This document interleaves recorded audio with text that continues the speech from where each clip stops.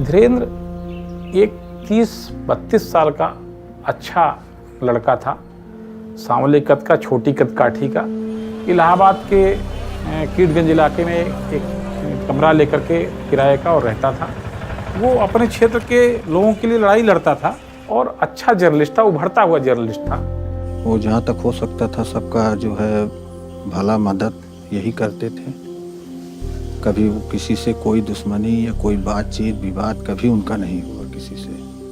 हमारे शंकर ब्लॉक में अंधाधुंध खुदाई खनन हो रहा था, अवैध खनन, जिस पर उन्होंने बढ़िया न्यूज छापी। उनसे खनन माफिया भी नाराज रहता था। धीरेन्द्र तो रेगुलर आता जाता था अपने अखबार के दफ्तर में। 13 दिसंबर की शाम को वो दफ्तर में रिपोर्टिंग करने गया था।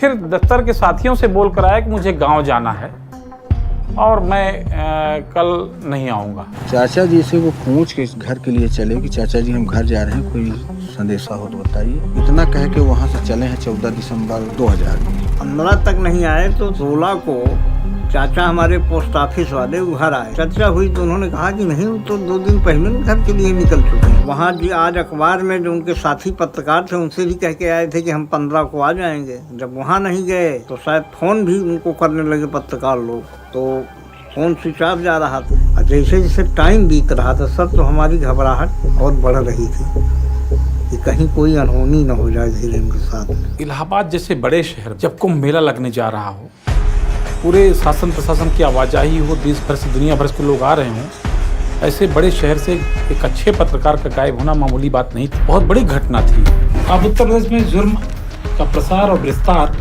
दोनों ही हमेशा से चर्चा में रहे हैं। अगर सिर्फ कत्ल की घटनाएं ही देखें तो एनसीआरबी के डाटा के मुताबिक 1993 से 2018 तक उत्तर प्रदेश देश में नंबर 1 पर रहा है। उसी बीच चूंकि एसएसपी पीके तिवारी से मेरी बात हुई, उन्होंने कहा कि हाँ, ये घटना पता चली और हम लोग इस पर एक्शन ले रहे हैं। क्योंकि घटना दर्ज हुई थी कीटगंज थाने में, तो उन्होंने एसओ कीटगंज एसएन त्रिपाठी को बुलाया और कहा कि इस घटना की गंभीरता से जांच करिए। एसएसपी ने मेरे से घटना देखी होगी तो उन्होंने मुझे इशारा करके बुलाया, कहा कि देखो ये पत्रकार बंधु आए हैं, क्या मैटर है तो देखो। एज एक पुलिस के अधिकारी होने के नाते उनके कमरे का मैंने सूक्ष्म निरीक्षण किया, देखा कि कोई ऐसी चीज़ मिले या कहाँ गए होंगे। कुछ बातचीत भी की सबसे। वो मोबाइल है, मोबाइल का जो चार्जर था वो लगा हुआ था। दिमाग में आया कि 2 दिन हो गए हैं, अगर उनको बाहर कहीं जाना होता तो चार्जर भी ले गए होते। तब तक उनके साथी पत्रकार सत्येंद्र सिंह चौहान, उन्होंने धीरेन्द्र के फ़ोन की कॉल डिटेल निकलवा दी। कॉल डिटेल आई कि जो है 3-4 नंबर आए। फिर और पड़ताल किया गया तो पता चला कि उस नंबर से एक पूर्व सांसद से बात हुई थी। एक घर का था जिसमें 5 मिनट लैंडलाइन पे बात हुई थी, और एक रेलवे इंक्वायरी के नंबर, 3 नंबर उसमें पकड़े गए। मोबाइल नंबर तो किसी के हों तो पता गलत हो सकता है, लेकिन लैंडलाइन का नंबर सही होगा जो बिल आता है, तो इसलिए मैंने उस लैंडलाइन के नंबर पे बात की। स्वयं मैंने मिलाया, अपने थाने के नंबर से मिलाया मैंने। तो उधर से जो टेलीफोन से आवाज़ आई तो उसने कहा कि मैं फूलन देवी बोल रही हूँ और मैं जिला पंचायत सदस्य हूँ। राम सागर तालाब का एड्रेस दिया उसने कि यहाँ पे रहती हूँ। जब टेलीफोन काट दिया तो मैंने वहीं पे, चूंकि इनके भाई साथ में थे और सब लोग थे, तो मैंने कि ये किसका नंबर है, और इनके भाई ने तुरंत कहा कि अरे ये तो मेरे गांव की लड़की और ये जिला पंचायत सदस्य है, इसका हस्बैंड, उसका नाम राजा कुलंदर के नाम से है। मेरे दिमाग में तुरंत एक ही बात आई कि जब ये धीरेन्द्र के नंबर से इस नंबर पर बात की गई है तो या तो ये धीरेन्द्र का पता जानती होगी, धीरेन्द्र कहाँ है या क्या बात की गई है, या मोबाइल ही किसके पास में है, और जिसके पास मोबाइल होगा उस आदमी को जरूर पता होगा कि धीरेन्द्र कहाँ। सबसे पहले मैंने इन्हीं को, वीरेंद्र को, उनको भेजा कि जाओ देखो जा करके घर पे कौन कौन, चूंकि तुम जानते हो। इनको तो मैंने बता दिया और मैं ही पीछे से आ रहा। दरोगा जी बाहर मेन सड़क पे खड़े थे तो उधर से टाटा सुमो आती दिखाई दी, नई तरफ। क्योंकि उसमें सुमो कम थी और एक अलग रंग था, हथकंता वाइट और ये सब हुआ करती थी। तो डाउट हुआ, मतलब जानता तो ना मैं था ना मुझे वो, मैं वर्दी में था। मैंने जैसे रोका तो जो आगे जिला पंचायत सदस्य का बोर्ड लगा हुआ था गाड़ी में, तो मैंने उससे एकदम से ये कहा कि ये जो आगे बोर्ड लगा हुआ है इसके आप कौन है? कहा मैं उसका पति हूँ, हस्बैंड हूँ। पुलिस के सामने कोई पड़ जाए और अपराधी हो, कितना बड़ा अपराधी हो, जब पुलिस के सामने पड़ जाता है तो उसकी अक्की बक्की अपने आप कुछ ना कुछ गुम होती है। अगर अपराधी है, सही आदमी तो बिल्कुल नहीं होती, वो तो सीधे सीधे अपनी बात करेगा। पाठी जी अपना उससे पूछे कि आपको हमने कहीं देखा है? कहीं आपका नाम, तो उसने कहा राम निरंजन, कहीं नहीं और कोई नाम, राजा कुलंदर है ना, तो कहीं हाँ साहब हमारा राजा कुलंदर। उसने साहब इतना महत्वाकांक्षी व्यक्ति था कि अपने से अपना नाम राजा कुलंदर रखा। क्योंकि रहने वाला वो शंकरगढ़ क्षेत्र का था, जिला पंचायत के चुनाव हुए थे, वो रिजर्व क्षेत्र भी था, तो उसने अपनी पत्नी जो गोमती देवी उसका नाम था, उसने उसका नाम फूलन देवी रख दिया था। फूलन देवी कुख्यात डकैती सब कोई जानता है। फूलन देवी समाजवादी पार्टी की टिकट से सांसद हो गई थी। उसने सोचा कि मेरी पत्नी भी फूलन देवी जैसी ख्याति पाए, इसलिए उसने अपनी पत्नी गोमती देवी का नाम करके फूलन देवी कर दिया और चुनाव लड़ाया जिला पंचायत सदस्य का, जिसमें वो जीत भी गई। इसलिए चुनाव तो कुलंदर लड़ा था, पुलिस ने इसको उठा लिया। आम धारणा होती है कि अगर हम कहीं पकड़े गए तो पुलिस को पैसा देके छोड़ दो, छूट जाएगा। मैंने जब पूछा कि किस लिए चाहें, क्या चाहें, ये बताइए। नहीं सर, मुझे लगता है कि आपको किसी ने कुछ गलत और शायद कहा किस गाड़ी के विषय में कुछ बता दिया हो कहीं। हमने नहीं, कुछ नहीं मुझे पता, मुझे धीरेन्द्र के विषय में बताइए। पुलिस ने जब इन दोनों को उठाया, बच्छराज को और राजा कुलंदर दोनों को उठाया, पुलिस उठा करके थाने ले आई, पूछताछ शुरू कर दी। तो पुलिस ने उसके साथ जो उसका साला था बच्छराज, उसको थोड़ा सा कड़ा किया। तो बच्छराज बहुत नर्वस था, बहुत घबराया हुआ लग रहा था। उसकी आँखें, उसका मिजाज, उसका चेहरे का रंग फक सा था। अचानक पुलिस की नज़र बच्छराज के जूतों पर गई। पुलिस को लगा कि कुछ गड़बड़ है, कुछ अनफिट टाइप जूते लग रहे हैं, कुछ ये असहज सा बैठा हुआ। तो शक हुआ कि कहीं ये जूते धीरेन्द्र के ही हैं, ऐसा लग रहा था, क्योंकि कभी धीरेन्द्र को पहने हुए जूते देखे थे मैंने। कॉल डिटेल में 16 तारीख धीरेन्द्र के नंबर से कॉल की गई थी, पूछताछ की गई। जब ये कहा गया कि ये नंबर से बात की है आपने, कहाँ से बात की है, इन्होंने इधर उधर की बात की। पुलिस को संदेह था कि इसी से चूंकि आखिरी बात हुई है, इसलिए बच्छराज को पीटना शुरू कर दिया पुलिस ने। जब पुलिस ने ऐसा किया तो उसने बता दिया कि साहब वो तो गाड़ी में रखा हुआ। हम लोग उस समय पूरी तरह अधीर हो गए जब उनकी मर्डर का खबर हम लोग पा। फिर उनसे पूछा, जब क्रॉस क्वेश्चन हुआ तो उसने तो बताया कि ये जो गाड़ी है ये चोरी की है, कल्पित गाड़ी है। और सर मुझे ऐसा आभास हो गया था कि शायद ये पत्रकार महोदय धीरेन्द्र जी वो जानते थे, क्योंकि एज ए पत्रकार होने के नाते मुझे परेशान थोड़ा करते थे। मैं भी डर गया कि कहीं पुलिस से न पकड़वा दे। तो मैंने इनको अपने घर पे बुलाया और उसका एक पिगरी फार्म था, पिगरी मतलब जिसमें सुअर पालते हैं। राजा कुलंदर ने बताया कि सुबह सुबह सर्दी का दिन था, दिसंबर का महीना था, तो वहाँ पे एक कौरा था, अपने अलाव होता है गाँव में, उसको कौड़ा कहते हैं, जिसमें आग जला करके बैठते हैं कई लोग। जैसे ही पहुँचे हैं तो इनको तापने के लिए बैठाला वहाँ पे। साले के सारा किया चाय ले आओ। क्योंकि इनका मुंह मैंने अपने तरफ को किया था, मैं साले को देख रहा था। ना जाए 30-15 बोर का तमंचा था, उस तमंचे को लेकर के आया। चूंकि मेरे तरफ देख रहे थे, ला करके सीधे इनको गोली मार दी। देखिए, कुलंदर बहुत हार्ड क्रिमिनल और प्रोफेशनल क्रिमिनल था। बहुत आसान नहीं था उससे राज उगलवाना, लेकिन पुलिस के अपने तरीके होते। पुलिस ने थोड़ा सख्ती की तो उसने बता दिया कि हाँ धीरेन्द्र का मर्डर तो हुआ है। फिर उसकी डेड बॉडी कहाँ है, तो उसने बताया कि हम लोग दिन भर अपने फार्म हाउस में ही थे और वहीं पर उसकी बॉडी रखी हुई थी। फार्म हाउस पे चारों तरफ से बाउंड्री थी काफ़ी ऊंची, आगे गेट लगा हुआ था काफ़ी। मैंने पूछा जब तुमने उसके फायर किया, उसे गोली मारी, तो कम से कम किसी को और सुना हो, कोई आ जाता। अरे बड़े साहब ऐसे पटाखे चलते रहते हैं। मैंने बड़े आराम से उसको लपेट करके और अपनी डिग्गी में डाल लिया। उसकी टाटा सुमो की जो खड़ी डेड बॉडी को लेकर के अपनी टाटा सुमो से जा रहा था, ये और बच्छराज दोनों। ये जा रहे थे दोनों, तो रास्ते में बॉर्डर पड़ता है, एमपी और यूपी का बॉर्डर, रीवा से पहले। वहाँ पे फोर्स रहता है, चेकिंग पॉइंट रहती है। नाइट का समय था तो इसकी गाड़ी रोकी, तो चूंकि गाड़ी थी और कुछ इंग्लिश हिंदी भी जानता था, पुलिस वाले जब तक आते स्वयं उतर के गया और अब जा करके हाथ मिलाया, कहा कि आई एम राजा कुलंदर, जा रहा हूँ रीवा थोड़ा सा।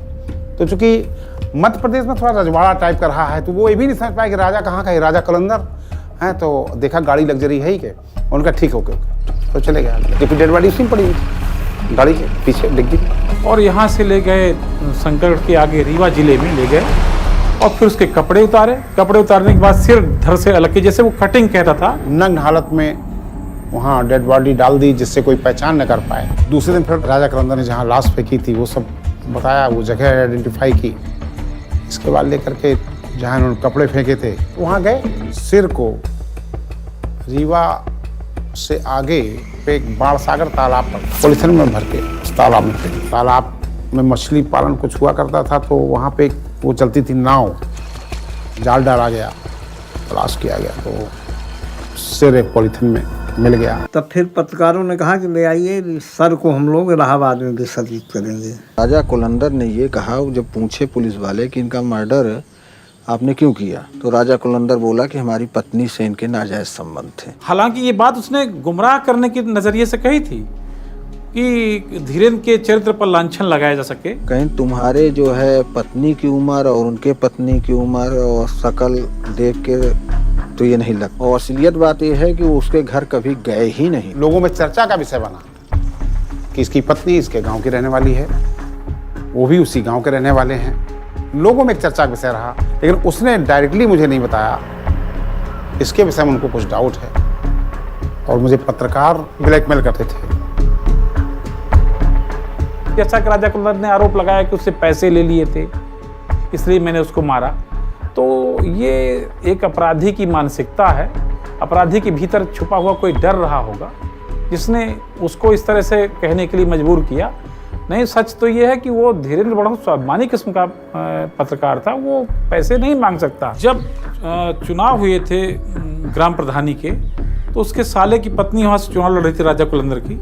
उसको शक था कि धीरेन्द्र ने उसके साले की पत्नी को हराने में या विरोध, क्योंकि वो ऐसे मामलों में बहुत क्रूर था, तो उसे ये लगा कि धीरेन्द्र के मार देने से दो फायदे होंगे। एक तो शायद उसका विरोध खत्म हो जाए और दूसरा उसने मोटरसाइकिल नई बजाज थी, बजाज बॉक्सर मोटरसाइकिल थी, तो उसे मिल जाएगी। ऐसा धीरेन्द्र पत्रकार, वो भी किसी माँ का बेटा था, किसी भाई का भाई था, किसी का सुहाग। किस लिए तुमने हत्या की और किस तरीके से, बूचर तरीके से तुमने उसको मारा, उसका गला काटा, उसकी लीली काटी और काट करके कहाँ कहाँ क्या क्या फेंका, सिर उसका कहाँ फेंका, क्या फेंका। इस समाज का एक कितना दुर्दांत कृत्य है, कितना कुकृत्य है कि जिसको समाज जब देखे जब कैसा लगेगा। चूंकि इन्होंने गोली मारी थी कट्टे से, ये हुआ कि वो तमंचा भी इनसे बरामद किया जाए, पूछा जाए इनसे कहाँ पे है। इन्होंने कहा तमंचा मेरे घर पे उपलों में रखा हुआ है। वहाँ गए तमंचा बरामद करने के लिए। वहाँ जब गए जांच में तो उनकी गाड़ी का वाइजर जो है मिल गया, गेहूं के ड्राम में गड़ा हुआ मिल गया। जिस समय तमंचे की बरामदगी कर रहे थे, मतलब जहाँ इन्होंने बताया था, तो वहीं पे एक सूटकेस में रखा मिला। तो उसको देखा खोल के, तो उसमें वाहन संबंधी कई डॉक्यूमेंट थे। तो इनसे कहा कि ये काहे के हैं, तो बताने लगे साहब ये कागज हैं, गाड़ी के ये हैं। तो उस पर एक छोटी सी डायरी रखी, उसमें लिखा था राजा की डायरी। राजा की डायरी तो एक कौतूहल बस, नहीं पढ़ते। जब उसको पढ़ने लगे, 13 आदमी के पहले नाम लिखे हुए थे, 14वें नंबर पर इनका लिखा धीरेन्द्र। वो नाम किसके थे, कौन थे, किसी को नहीं पता था। वो अगर वो विक्टिम थे तो ये अब तक पकड़ा क्यों नहीं गया, और अगर पकड़ा नहीं गया तो राज कैसे खुलता। अब वो कुलंदर ही उसके आगे की कहानी बयान कर सकता था। पत्रकार धीरेन्द्र सिंह की मौत के सिलसिले में पुलिस को एक डायरी मिली है। ये डायरी मुख्य आरोपी राजा कुलंदर उर्फ राम निरंजन के फार्म हाउस से बरामद की गई है। इस डायरी में कई लोगों के नाम दर्ज हैं, ऐसा बताया जा रहा है। पुलिस ने जब इसको पकड़ लिया, पूछताछ शुरू हुई। पुलिस ने पहले बछराज से पूछा, बछराज ने ढेर सारी बातें बता दी थी, पर पुलिस के पास ऐसा कोई एविडेंस नहीं था कि बछराज के बयानों के आधार पर या उसकी बातचीत के आधार पर इसको दोषी ठहराया जा सके। पुलिस के पास एक सहारा था कि ये डायरी बड़ा भारी माध्यम है जो इससे पूछताछ में आगे सहायक बनेगी। ये डायरी एक थी जो उसके आगे की कहानी बयान कर सकती थी। क्योंकि उसमें धीरेन्द्र का नाम भी लिखा था और नाम लिखे हुए थे, तो मैंने उससे पूछा बछराज कि ये कहीं इनको सबको कट कर दिया, सबको कत्ल कर दिया। डायरी में पहला नाम काली प्रसाद श्रीवास्तव का था। ये काली प्रसाद श्रीवास्तव उसका दोस्त था। वो COD चौकी में काली प्रसाद श्रीवास्तव भी नौकरी करता था और ये भी नौकरी करता था। मेरे पिताजी सरकारी सर्विस करते थे COD चौकी में। सन 25 जनवरी 1997 से घर से गए हैं। सुबह 6 बजे से घर से निकले हैं, आज तक वो घर नहीं आए। इंतजार करते करते रात तो कोई तरह से कट गया। फिर नैनी थाने हम लोग गए, FIR दर्ज कराया गया। फिर हम लोग कहाँ गए, अयोध्या गए, कहीं कानपुर जाना हुआ, कहीं रिश्तेदारों में पता करना, कोई मठ में चले गए, भाई क्या हुआ कैसे हो, कुछ नहीं पता चला। फिर इस तरह से समय चलता चला गया।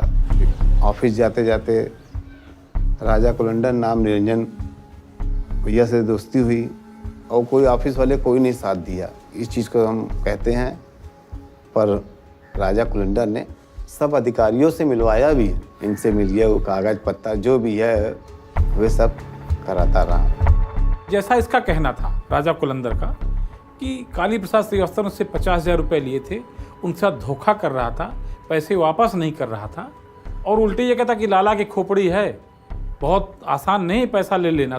तो उसने मन ही मन ठान लिया कि इसने मेरे साथ धोखा किया है, मैं इसको सबक सिखाऊंगा। और फिर उसने दोस्ती के बहाने उसको घर पे बुलाया, उससे बातचीत की और उसी समय उसका सिर धड़ से अलग कर दिया और वहीं पीपल जो पेड़ था उसके पिगरी फार्म में वहीं पर उसने गाड़ दिया। काली प्रसाद एक खोपड़ी काटने के बाद एक मनुष्य है, एक मानव है, उसके साथ उसने क्या कुकृत्य किया। सब लाला जी ये कहा करते थे हमसे कि मुझसे बड़ा दिमाग का कोई आदमी है नहीं दुनिया में, सबसे तेज खोपड़ी लाला की होती है। तो सोचा जब इसका दिमाग तेज है तो क्यों ना अपना दिमाग तेज कर लूं। तो इसकी खोपड़ी को मैंने उबाला और उसका सिर हुआ रस पिया हम दोनों ने, साले बहनोई ने। हम कपड़े की दुकान में उस समय काम कर रहे थे, तब किसी ने पेपर में पढ़ा कि राजा कुलंदर 14 को मर्डर कर दिया है, उसमें तुम्हारे पिताजी का नाम है। समझ लीजिए हम लोग सुन के समझ लो बेहाल हो गया। ऐसा है जब इसने कहा कि मैंने अपने फार्म और पिगरी हाउस में जिसको मारा है उनको हमने वहाँ पर डाला है, दबाया है, ज़मीन में खोद के गाड़ा है, तो वहाँ गए। इसकी निशानदेही पे संवैधानिक तरीके से उसकी खुदाई हुई। वहाँ पर हमें कुछ नरकंकाल और 2 खोपड़ी लाल रंग की थी और एक सफ़ेद रंग से रंगी हुई थी। उसने लाल रंग वाली काली प्रसाद बताया था कि काली प्रसाद की खोपड़ी है। लाला की खोपड़ी थी और लाल रंग से उसने रंग के रखा कि लाला की खोपड़ी है, उसका रंग लाल होना चाहिए। और तो सफ़ेद रंग की खोपड़ी से बताई कि ये मोहम्मद मुइन की है। मोहम्मद मुइन भी उसके साथ काम करता था COD में, दोनों की दोस्ती थी। और जैसा कि खुद राजा कुलंदर ने कहा कि मोइन ने उससे 25,000 रुपये लिए थे और वो रुपए वापस नहीं कर रहा था। मोइन ये भी कहता था कि मैं सम्मोहन विद्या जानता हूँ, मुझसे कोई पैसे वापस ले नहीं पाएगा। तो उसने सोचा सम्मोहन विद्या कैसे पता चले, है तो दिमाग में ही इसके, तो इसका भी दिमाग देखें। तो इनको मैं यमुना के पुल के ऊपर ले गया था। चूँकि पुल के ऊपर इसलिए ले गया कि वहाँ पे ट्रेनों के पुल के ऊपर कोई जानता नहीं था, कोई देखता नहीं था, वहाँ कोई जाता आता नहीं था। वहाँ पे जाके मैंने इसको कट कर दिया और वहीं से डेड बॉडी मैंने मुल्ला जी की उसी नदी में डाल दी। और उसने इसलिए ऐसा किया था, जैसा उसने बताया कि ये मुसलमान है, इसकी आत्मा को शांति न मिले, इसलिए मैं इसकी बॉडी को ज़मीन में नहीं गाड़ रहा हूँ, दफना नहीं रहा। सिर को उबाल के उसका रस को पिया। अरे बाबा सम्मोहन विद्या तो पढ़ लिख करके सीख लेते, उससे पूछ लेते कैसे पढ़ा जाता मंत्र, न कि उसकी खोपड़ी में घुसी है, खोपड़ी में घुसी किसी के दिमाग में कोई PhD है तो कोई PhD हो जाओगे तुम, हैं? तो काट करके सम्मोहन विद्या उसको भी उबाल करके पी गया। अब जब नहीं निकली तो यहाँ पर रख दिया। राजा कुलंदर जो है जिसको भी मारता था उसको ओबलाइज करता था। ओबलाइज का मतलब उससे दोस्ती करता था।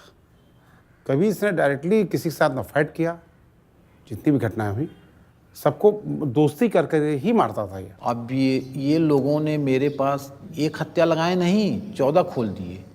जितने अज्ञात यूपी के अंदर, एक नहीं जितने अज्ञात, सब दिखा दिए।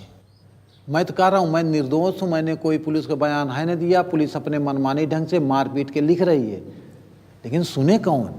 षड्यंत्र ये रचे हैं मेरे साथ कि आदमी हत्या पे हत्या करता गया और खुलासा अचानक दिखा दिए। यही सवाल है हम जी।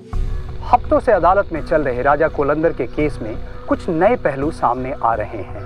एक तरफ पुलिस बताती है कि वो नरभक्षी हत्यारा है और लगभग 13-14 लोगों की हत्या कर चुका है, तो दूसरी तरफ ये अटकलें भी हैं कि इनमें से कुछ नाम उन लोगों के हैं जो अभी भी जिंदा हैं। क्या सच है राजा कुलंदर का?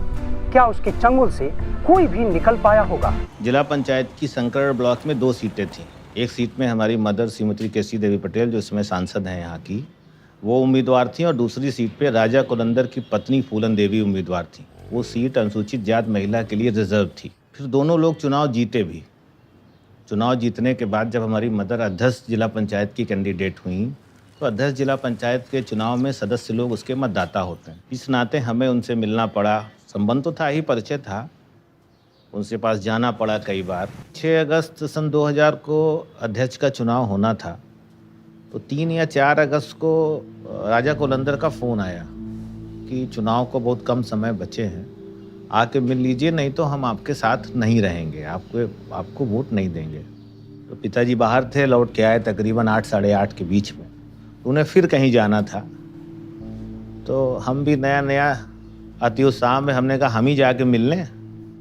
फिर उसका फ़ोन आया कि आप आ रहे हैं, तो हमने कहा हाँ हम आ रहे हैं। फिर उसने कहा कि अकेले आइएगा, तो हमने कहा कि क्यों, बात अकेले में हो जाएगी, आएंगे भले 2-4, कहीं नहीं अकेले आइएगी। जब मैं वहाँ गया तो एक तो उस जगह का वातावरण बड़ा अजीब सा था। यही बात कर रहा था पैसे रुपए की, ये वो। कहा पहले पूछा कि आप पैसे लाए हो?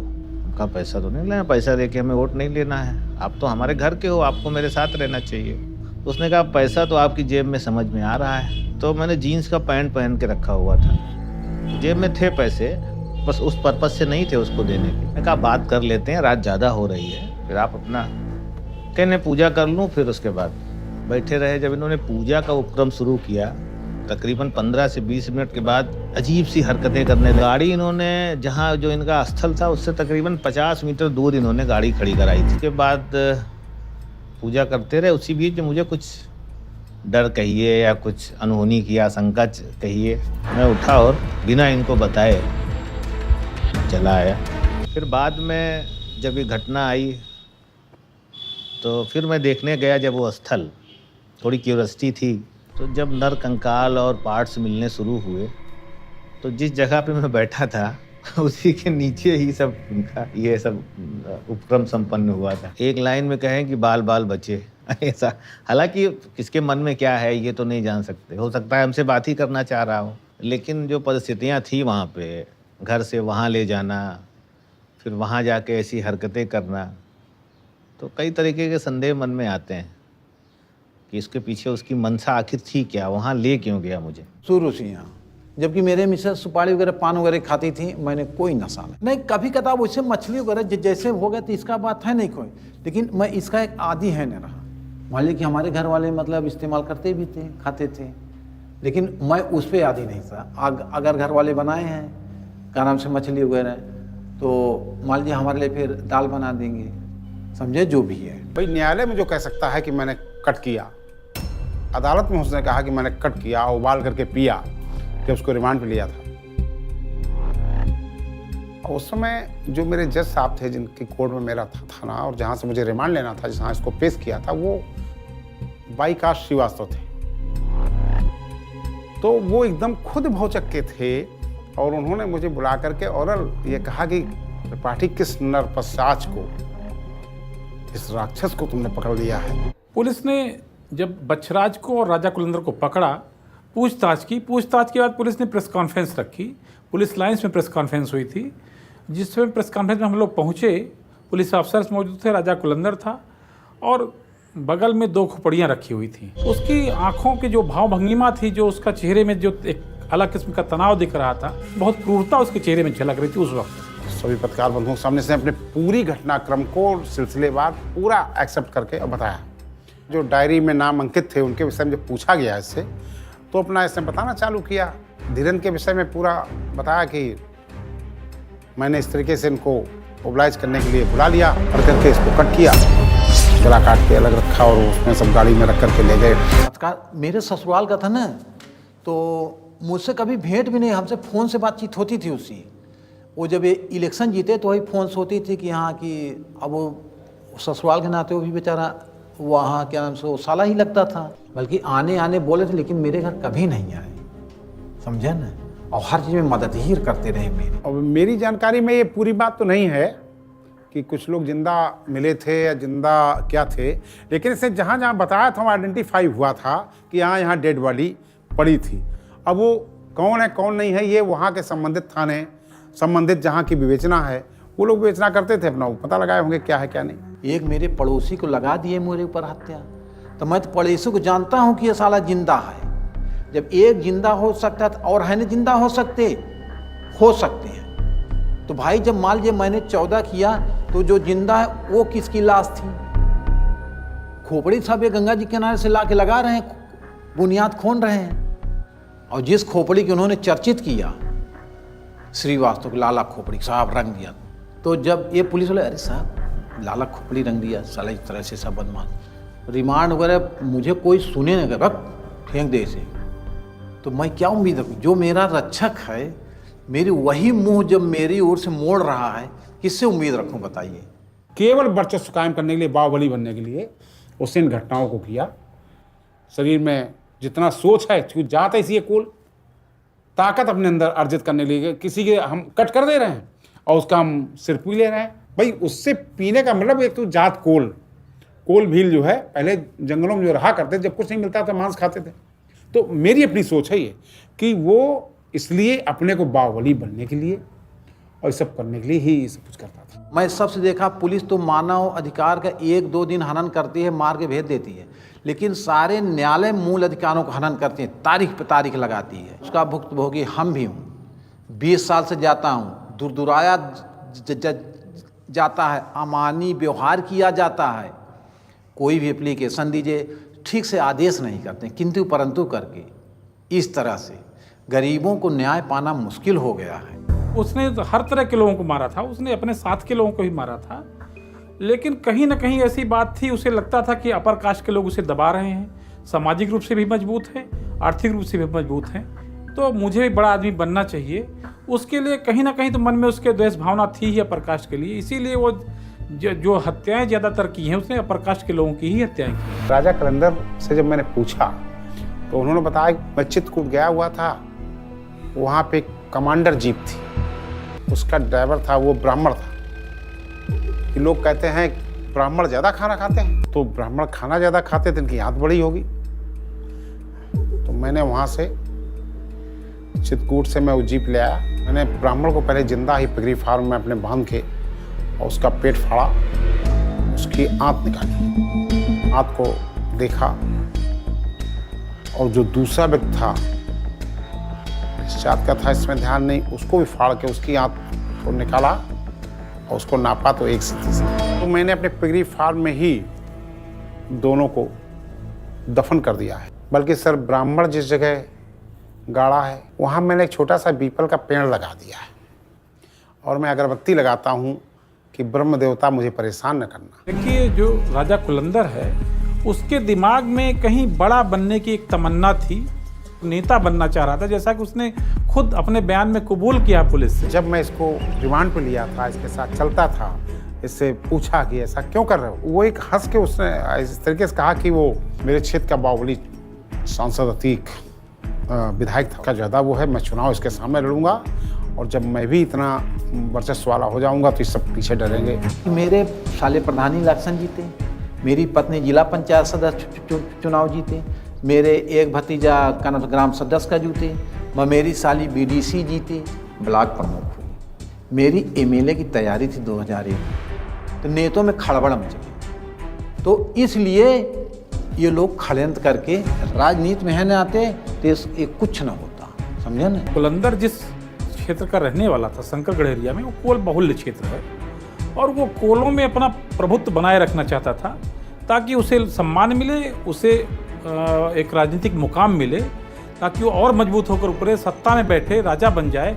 इस तरह की धारणा लेकर चल रहा था। वो अपने को वही राजा की जो ट्रेडिशन है उससे अपने को जोड़ता था, इसीलिए उसने राजा शब्द अपने नाम लिखा था। उसने डायरी में राजा की डायरी लिखा। उसे लगता था कि हत्या करके उसने एक न्याय किया है, एक राजा का व्यवहार किया, इसीलिए वो खुद न्याय करता था, खुद फैसला कर देता था। इसलिए अपने को राजा कोलंदर कहता था, क्योंकि राजा मांझा, राजा शंकरगढ़, तो राजा कोलंदर। मैं सुबह ऐसा है कि 3:30 बजे तक उठ जाता हूँ। इसके बाद अपना अध्ययन श्वासों के माध्यम से अध्ययन हमारा चलता रहता है, कि जैसे श्वास पे श्वास अपना 15 मिनट, फिर गिनती हुआ, सर्किल गिनती हुआ, उसमें गिनती दिए, फिर अपना है तो रामायण पढ़ते रहे। बस रामायण हुआ, भगवत गीता, यही मेरा अध्ययन है। वहाँ की हाई सिक्योरिटी जेल है, तो वहाँ मेरी तैनाती की गई थी, और राजा कुलंदर भी वहाँ पे मेरे आने के पहले से ही हाई सिक्योरिटी जेल के एक सेल में बंद हुआ करता था। मैं as under trial prisoner Naini central jail में था। वहाँ पे राजा कुलंदर के बारे में मैंने सुना। लोग जो साथ में इनमेट्स थे वो बोले कि अरे वो राजा कुलंदर है, आदमी को मार के खा जाता है। तो देख करके थोड़ा सा अजीब भी लगता था, डर भी लगता था, लेकिन राजा कुलंदर हमेशा अलग रहते थे। जब भी उससे देखा गया, या तो पूजा पाठ करते हुए देखा या लॉ से रिलेटेड बुक्स पढ़ते हुए देखा। चूँकि उसके अपने अधिकारों की जानकारी थी, कानून की भी जानकारी थी, और उसको मालूम था कि जेल में हंगर स्ट्राइक करने से थोड़ा अधिकारी परेशान होते हैं या बात ऊपर बाहर जाती है, तो इन सब चीज़ों को वो एक वीक पॉइंट जो जेल ऑफिसर्स का अक्सर समझा जाता है कि मैं हंगर स्ट्राइक के बैठ जाऊँगा, तो इस किस्म को उसको भुनाता था वो। हर चीज़ मैंने बताया, हम कहा सर मटन के नाम से मुर्गा बिचवाते हैं, लोडिंग बीड़ी बिचवाते हैं आतंकवादियों को, कैसे क्या? हम कहा ये हिंदुस्तान है, वो है ना कि तो तुम इसको बना दो कि पाकिस्तान। एक से एक थे कहें कि दिल्ली तक गूंजेगा। हम कहा पहले लखनऊ गुजा लो, समझ में आ जाएगा। हम कहा था गाय हमारी माता है, गाय को खाता है कैसे हो जाएगा? तो आतंकवादी है, अपना हिंदुस्तानी तो नहीं, अपना हिंदुस्तानी भाई में तुम वहाँ बना रहे हो पाकिस्तानी को। तो मुझे लगा लास्ट में जब हम निकल के है कि उसने हम लोगों से ज़्यादा ले लिया, लेकिन जो इनपुट मुझे उसने दिया वो बहुत नॉर्मल किस्म का था, बल्कि वो इनपुट मुझे दूसरे लोगों ने भी दिया। तो बाद में लगा कि हाँ ये एक तरह से डबल क्रॉस जैसा कर रहा था। अब ये लोग जीनियस लोग क्या समझेंगे? उनको तो अपने अहंकार में रहते हैं कि यार तो आप भी है, लेकिन मान लीजिए कि 100 में 10 समझ रहे हैं तो ना के बराबर। अब जिससे आपसे हमसे संवाद हुआ तो आप मतलब वो कर लेंगे, समझ लेंगे। अब 100 लोगों में 10 ही तो संवाद हो पाएगा, और जो एक बार संवाद होगा तो अच्छी ढंग समझ जाएगा, और जो नहीं समझेगा तो कहेगा अरे खोपड़ा खाने वाला यार ये है। एक यहाँ डिप्टी थे, आए थे शुरू में, पहले झटका हो गई उन्हीं से मुझसे, यार तुम तो खून वून पी लेते थे। हम कहा आप साथ में थे क्या वहाँ देखने के लिए? तो उनको बुरा लगा। तो जब परेड हुआ मोबाइल लेके गया, अपना मिला रहा था बात। मैंने उससे यही पूछा, हम कहा आप हैं क्या सर? कल मैं भी बंदी हूँ। पकड़ा दिया एक हाथ। हम कहा साले बंदियों को जेल में लगाओगे, मोबाइल अवैध चला। अब वो बेइज्जती तो उसकी हो गई। क्यों बताया मुझसे कि बंदी हूँ? तो बंदी तलाऊ है नहीं जेल। हम कहा इसको बताना था मैं डिप्टी हूँ, भाई सिविल में आया है, गलत बताओगे? तब सो दिखाई नहीं पड़ा, ट्रांसफ़र चला गया। तो नैनी में 16 साल तक था। तो वहाँ जो अधीक्षक थे बताना श्रीवास्तव थे, श्रीवास्तव घटना थी, तो उनका भी निर्णय था कि इसको भीड़ में रखो, कुछ अगर उडंडी हो आएगा तो इसको पिटवाएंगे। उनका चलो कोई बयान नहीं। तो मैं 2 साल तक पब्लिक में रहा। तो शिकायतें ने कोई भाई, हर आदमी हमारे ऊपर आकर्षण होते गए। अब जैसे कोई गरीब है, देखा कहा भैया कोई नहीं। फिर मैंने उसकी अपील बनाया, हाई कोर्ट में अपील किया, फिर उसकी मैंने बिल कराया। तो अब सोचिए फ्रीम हुआ, जब 1-2 के ऐसे हो गया तो काफ़ी चर्चित हो गए। अब हर आदमी आ जाए मदद के लिए, तो मेरे अध्ययन में दिक्कत रहे। तो फिर एक याज्ञवेंद्र शुक्ला आए, तो मैंने उससे बताया, कहा सर मेरी यहाँ तपस्या में दिक्कत होती है, विघ्न होती है, अगर आप चाहे तो हमें एकांत में रख दीजिए किसी जगह। वो बोला कि ऐसा है कि आप एक एप्लीकेशन लिखिए, स्वेच्छा से मैं रखूँगा। भाई ऐसे तो है नहीं रख सकता, आप इतने अच्छे सुलझे हुए हैं। तो वहाँ एकांत में रखने के लिए या मेंटल होता है या उनको रखा जाता है या उडंडी होता है। तो बताएं लिखिए। तो मैंने एप्लीकेशन लिख के मैं अपनी स्वेच्छा, भाई उनको भी दिखाना, तो मैंने स्वेच्छा से लिख दिया। तो उनको एक रूम मुझको सेपरेट दे दिए। और इनके एक सदानंद जी थे, प्रभु जी इनके गुरु थे, तो अपना वही जय सदानंद प्रभु, जय सदानंद प्रभु। हम कहा ठीक है भाई, अगर हम और अपनी टिप्पणी बताएंगे तो उनकी तो इच्छा होगी नहीं मानने की। तो जब मैं समझदार तो उन्हीं के भाव में मैं चलूँगा, ये तभी तो होगा प्रेम। भाई कैसे प्रेम होगा? अगर हम विरोध करेंगे तो प्रेम कहाँ होगा? भगवान हृदय में है आपके, ठीक है। जब ये उसमें आ जाएंगे तो स्वयं आप बोलेंगे नहीं ये ऐसे वैसे करो, ठीक है। पब्लिक के देखने में आध्यात्मिक ऐसा लगता है, मेंटल जैसा लगता है, पर मेंटल से निर्मुक्त है। अगर वार्तालाप करने लगेगा, अरे कहेंगे यार वो तो मुड़ कटवा पगला है ना, लेकिन मुझसे किसे उसको है ना वो दिखाई पड़ रहा है। तो आप भगवान से बात कर लेते हैं? बात बस हो गया। वो अब इतना न पूछे, बस समझा कि लीक आउट। ये हमारी आपकी मतलब गोपनीय बात है कि किसी का कुछ करना है अपना शांतिपूर्वक रहो, निमित्त मात्र तुम रहो बस। देखिए राजा कुलंदर शुरू से ही अपराध के जरिए राजनीति में प्रवेश करना चाह रहा था। खुद को वो कोलों का राजा मानता था, इसीलिए उसने डायरी में राजा की डायरी लिखा। उसका नाम तो वास्तविक रूप से राम निरंजन था, लेकिन राजा कुलंदर यानी कोलों का राजा, उसकी जो दिमाग की बनावट थी वो एक अलग किस्म की थी। वो खुद को राजा महसूस करता था, इसीलिए जब हत्याएं करता था तो उनको एक सजा सुनाने जैसी बात थी, और उनके नाम दर्ज करता था। उसे लगता था कि हत्या करके उसने एक न्याय किया है, एक राजा का व्यवहार किया है, इसीलिए वो खुद न्याय करता था, खुद फैसला कर देता था। नहीं राजा को राजा साहब कहते हैं। हमको राजा भैया दुलार से, जैसे घर में सबसे मैं छोटा था इसलिए। और कहीं किसी लिखा पढ़ी नहीं कि मैं ये राजा कुलंदर लिखता हूँ, समझा। अब ये देखिए जो यहाँ वाला और तो मुकदमे मेरे राम निरंजन के नाम से हैं, लखनऊ वाला राजा कुलंदर के नाम से, इसलिए कि ऐसा लगता है कि इन्होंने ठीक से है ना किया जांच। फ़ोन से सुना अंत वाला रहे उसी को बना दिए, फिर अंत में अरे अच्छा उर्फ बना दिए राम निरंजन। कुलंदर कितनी क्रिमिनल मेंटलिटी का था, इससे जाहिर होता कि उसने अपने बच्चों का नाम अदालत, जमानत, आंदोलन, एक बेटा था जिसका नाम अदालत, दूसरा बेटा था जिसका नाम जमानत, तीसरी बेटी थी जिसका नाम आंदोलन था। बंगाल में उस समय एक मुकदमा जीते थे अदालत से, हाई कोर्ट ने कहे हम अदालत में जीत गए, हम कहा चलो इसको आज गए तो अदालत से ये खुशी थे। और जमानत का नाम? हाँ, उसकी जमानत तो ऐसे ही था, लेकिन उसका नाम एक्चुअली नवीन कुमार था। और फिर नाम भी था एक अलग ढंग के कि ताकि ये किसी से मिले न। उत्तर प्रदेश पुलिस का मानना है कि राम निरंजन उर्फ राजा कुलंदर एक शातिर दिमाग वाला अपराधी है जो बड़ी चालाकी से अपनी कहानियों पर यकीन दिला देता है, पर न्यायालय तो सबूत मांगती है। पुलिस को लखनऊ से चोरी की हुई टाटा सुमो राजा कुलंदर के पास से ही मिली है। उसके पास ये गाड़ी कहाँ से आई? क्या पत्रकार धीरेन्द्र सिंह का भी इस टाटा सुमो से कुछ लेना देना था?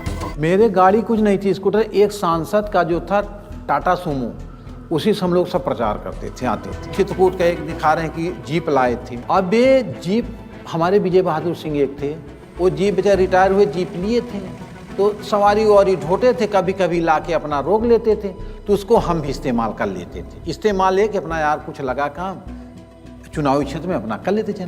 जब मैंने टाटा सुमो, जिस पे टाटा सुमो मिली थी, जिससे पकड़ा गया था, तो उसके विषय में जब मैंने पूछा तो इसने बताया कि मेरी पत्नी बीमार हो गई थी और पत्नी को लेकर के मैं लखनऊ गया था। वहाँ से मैंने चूँकि आना था एक गाड़ी हायर की, तो उसमें जो ड्राइवर था वो रवि था और शायद गाड़ी मालिक मनोज था। 23 जनवरी 2000 की घटना है।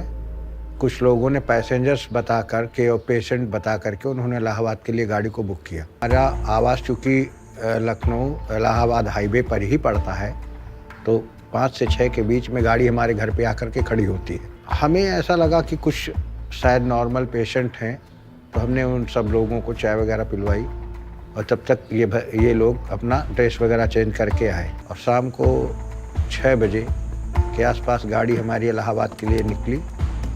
ये हुआ कि 3 साढ़े 3 घंटे में हम इनको छोड़ करके और पुनः वापस आ जाएंगे। हम लोगों के मन में एक शंका जाहिर हुई जब गाड़ी 10 बजे के आसपास नहीं आई, तो घर में तमाम तरह के दिमाग लगने लगे कि यार कहीं ऐसा तो नहीं है कि किसी बदमाशों के चक्कर में गाड़ी फंस गई हो या कौन लोग हैं, क्योंकि कोई कांटेक्ट उस समय होता नहीं था। रात में जब गाड़ी नहीं वापस आई तो हम लोग घर से अपनी गाड़ियों से, साधनों से गाड़ी को सर्च करने उसी दिशा की ओर निकल पड़े, यानी अपने घर से रायबरेली टू इलाहाबाद। राजा कुलंदर ने बताया था कि टाटा सुमो लेकर के आ रहे थे, तो इरादा मैंने बदल दिया अपना कि इन दोनों को मार करके फेंक देंगे, गाड़ी हायर कर ले, जो कि गाड़ी मेरे पास है नहीं, तो गाड़ी रख लेंगे अपने पास। को शंकरगढ़ के फिर आगे जा करके कुछ भौगोलिक स्थिति जंगल जैसी हो जाती है, वहाँ पे मैंने उसके ड्राइवर कंडक्टर दोनों को मार के फेंक दिया सर, और गाड़ी अपने पास रख ली। गाड़ी को सर्च करते हुए हम लोग इलाहाबाद पहुँचे। हमारे रायबरेली से भी हमारे साथ मीडिया के बहुत सारे लोग थे, तो उन लोगों की वजह से इलाहाबाद के भी मीडिया के बहुत सारे लोग इकट्ठे हुए। उसमें धीरेन्द्र सिंह जी भी थे और सबको बताया गया कि हमारी गाड़ी का कलर ऐसा है वैसा है। हम लोग जब ये FIR वहाँ करा के वापस आए तो धीरेन्द्र ही वह व्यक्ति थे जिनको ये पता हो गया कि ये गाड़ी हमारी है। कुलंदर हीनियस क्रिमिनल था, इसमें कोई दो राय नहीं है। बाकी सीरियल किलर्स तो अलग अलग मकसद के लिए हत्याएं करते हैं, लेकिन इसका मकसद पावर गेन था। तो पैसा कमाने की भूख और पावर गेन की जो ललक है उसके भीतर, उसी ने उसको अपराध की ओर ठेल दिया था। जुर्म तो एक इंसान करता है, लेकिन उसका खामियाजा पूरे समाज को न जाने कितने सालों तक भुगतना पड़ता है। ये कहना बहुत कठिन, बहुत मुश्किल है। तो ऐसा नहीं लगा कि उसको राजा कुलंदर कोई पश्चाताप है, कुछ भी नहीं। जिस दिन उसको सजा हुई उस दिन भी हम गए थे, तो जब वकील लोग जो है फोटो खींचने पत्रकार लोगों को करे, तो तुम लोगों की वजह से मैं फंसा हूँ। ये मीडिया और लोगों का फैसला है और हम जो है निर्दोष हैं। अब देखिए, जो मेरा कोई इच्छा नहीं कि मुझे रिहा करें या ना करें, अब जो आरोप लगा दिए हैं और जब निर्णय होगा तो अपना निकलेंगे, तो अध्यात्म तो है ही है, नहीं तो अब जेल से छूटे नहीं छूटे मेरे लिए फर्क ही नहीं पड़ रहा। ऐसा राजा कुलंदर अगर ये किसी कारणवश इसको छोड़ा जाता है, पैरोल मिलता है, तो निश्चित ही अपराध करेगा। ये मैं फिर बता रहा हूँ, चूँकि उसका पृष्ठभूमि उसकी वही है जो अपराध करेगा तो फिर समाज के लिए एक दुष्कृत बनेगा।